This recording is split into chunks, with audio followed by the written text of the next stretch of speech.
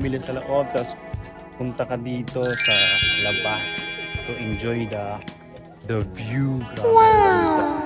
Tingnan mo, grabe. So sa harap mo yung dagat. Sarap magtambay dito. Kaso kami nakakuha ng pagkain. Medyo mahal. Pupunta kami ngayon sa aquarium. Okay? So Sabado ngayon. So time para sa mga bata.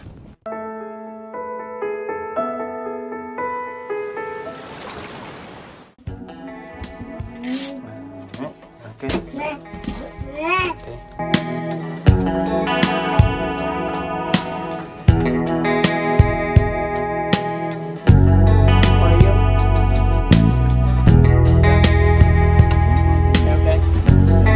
Mama and Papa in the front, okay? Okay, everybody. Mama and Papa in front. Hello guys, welcome again dito sa aking pinakabagong vlog, pinakabagong adventure dito sa Japan. Kung bago ka pa lang dito sa aking channel, paki-subscribe na yan in 1, 2, 3, 4, 5. Okay, maraming salamat sa inyong lahat sa pag-subscribe. So guys, kung ikaw ay nasa Pinas at pangarap mong makapunta dito, guys, ngayon pa lang ay parang nasa Japan ka na. Kasi simula ngayon, isasama ko kayo sa iba't ibang magagandang pasyalan dito sa Japan. At tsak mag-i-enjoy kayo. At kung ikaw naman ay nasa Japan at nagtitipid dahil nag-iipon at di masyadong gumagala pero gusto gumala, guys, di ka nagkamali ng pinuntahan channel. So guys, samahan nyo ako ngayon dito sa Japan sa adventure ko. So, tanoshin di kudasai. Arigatou gozaimasu.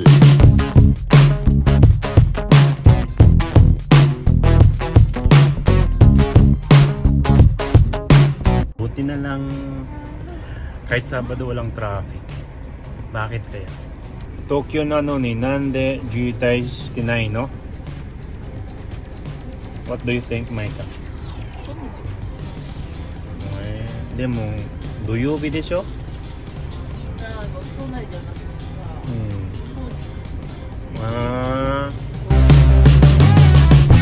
Alam nyo ba guys na ang pinakamataas na bilang ng populasyon dito sa Japan ay sa taong 2008 na may bilang na 128 million at bumaba ito noong 2022 na may 125 million na lang.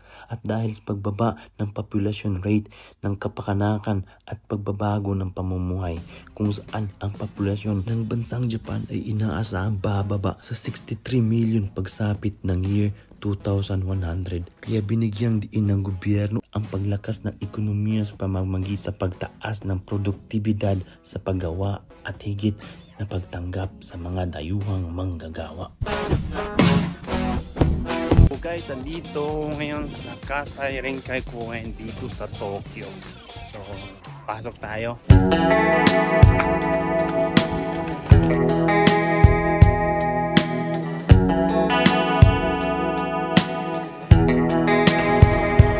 So guys, hindi lang aquarium ang ma-enjoy dito. Pwede mag-camp, barbecue, tapos ma-enjoy mo din ang sunflower sa tuwing August. So diretso ka lang dun sa pinakadulo at mag-i-enjoy din ang mga bata dito.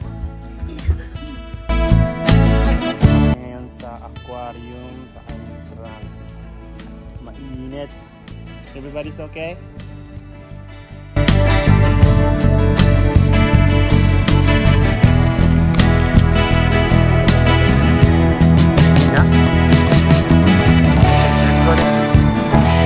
Mama will buy a ticket, okay?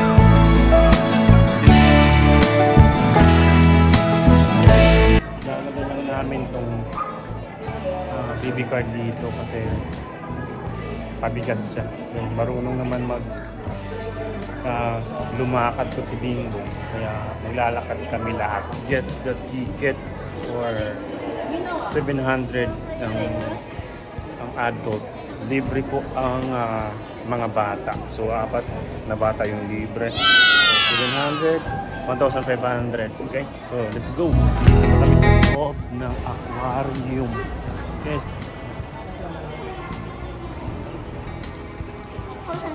Hold the hands lang.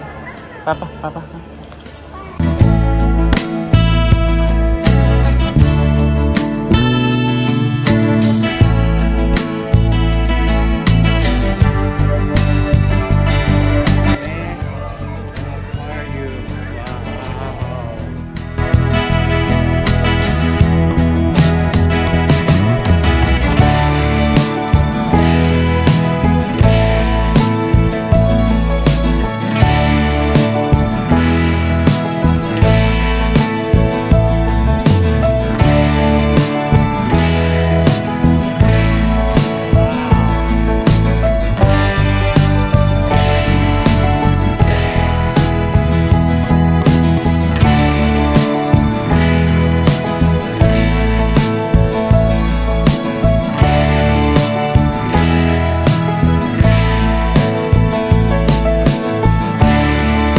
Alam nyo ba guys na nasa China ang pinakamalaking aquarium sa buong mundo at ang pinakamatandang aquarium ay nasa Brighton Aquarium sa United Kingdom na binuksan sa publiko noong 1872.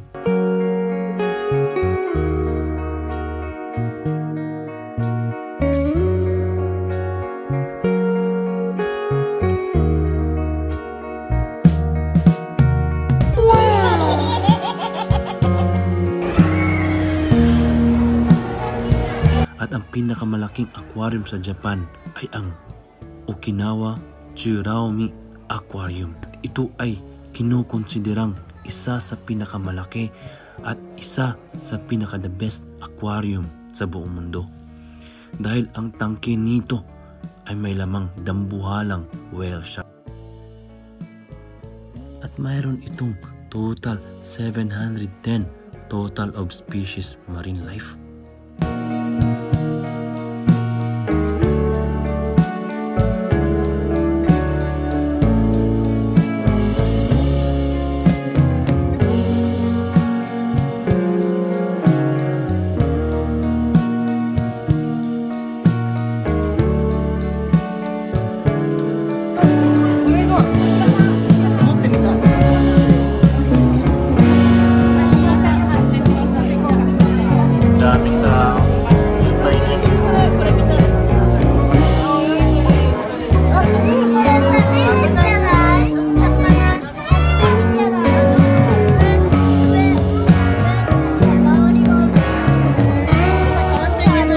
Isa sa the best aquarium in Tokyo ay itong Tokyo Sea Life Park sa may Kasai Rinkai Park sa may Tokyo.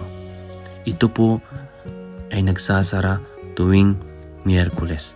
Sila po ay open mula alas 9:30 hanggang alas 7 ng gabi.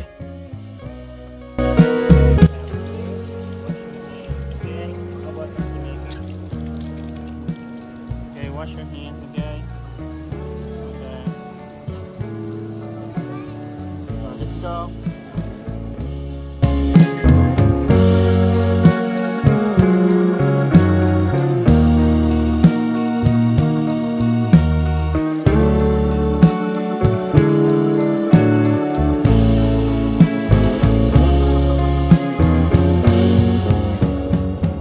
So ayun, pagod na itong mga bata at gutom kaya we decide na kumain. Pero Unfortunately guys, hindi kami nakakain sa sobrang daming tao sa loob. kaya sinulit na namin ang pagkakataon na sumakay dito kasi wala pa masyadong mga pasahero. So guys, tara libutin natin ang buong paligid ng aquarium na to.